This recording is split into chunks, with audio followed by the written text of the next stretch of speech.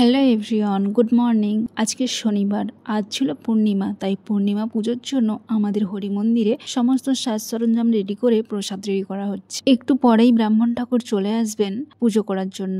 আর প্রত্যেক পূর্ণিমাতে আমাদের বাড়িতে হরিলুট হয়, তো তার জন্যই রেডি করা হচ্ছে। আর এখানে দেখো কিছু ফুল আর হলুদ জল রেডি করা হয়েছে। তো আজকে যেহেতু পূর্ণিমার সাথে শনিবার, আমাদের বাড়িতে হবে নিরামিষ।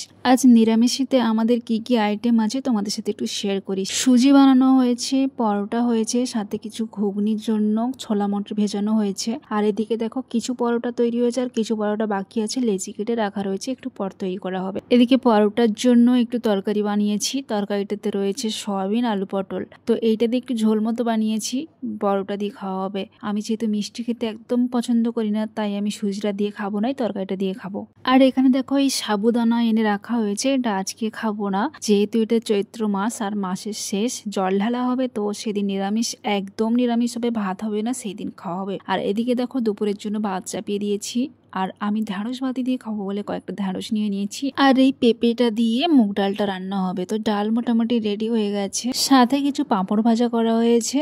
আর তোমাদের সাথে একটা জিনিস শেয়ার করি, চলো। এই দেখো, এইটাতে করে কি রেখেছি বলো তো, আম, ছোট ছোট আমগুলো যে ঝড়ে পড়ে গেছিল, তোমাদের সাথে আগে ভিডিও শেয়ার করেছিলাম, সেই আমগুলোকে আমি রোদে শুকিয়ে শুকিয়ে রেখে দিয়েছি, যাতে অনেক দিন পর্যন্ত থাকে আর অনেক দিন পর্যন্ত আমি খেতে পারি। আর এই দেখো, এটা কি বলো তো, এটা হলো বাড়ির গরুর দুধ। এই দুধগুলোর কালারটা দেখেছো কেমন হলুদ হলুদ টাইপের। আর হাঁড়িতে রয়েছে কেনা দুধ। কেনা দুধ আর বাড়ির গরুর দুধের কালারটা দেখেছো একদম আলাদা। তো এইগুলো ছিল গন্ধরাজ লেবু, 10 থেকে 12টা এনেছেন একটা ফার্ম থেকে। তো সেখান থেকে কিছুটা ফ্রিজে রেখে দিয়েছি আর দুটো রেখেছি, কারণ দুধগুলো দিয়ে ছানা কাটাবো। আর এখানে রয়েছে দেখো কিছু পেঁপে আর জল্লাউ, করলা আর এঁচড়, এগুলো আমার শ্বশুরমশাই এনেছেন। সাথে ওই আঙুরগুলো, সবগুলো পেঁপেই পাকা ছিল, তার মধ্যে একটা অতিরিক্ত পাকা ছিল, সেটা রাখাই যাবে না, তাই কেটে ফেলেছি। আজকের মতো ভিডিওটা এই পর্যন্ত। ভালো লাগলে একটা লাইক করে দিও।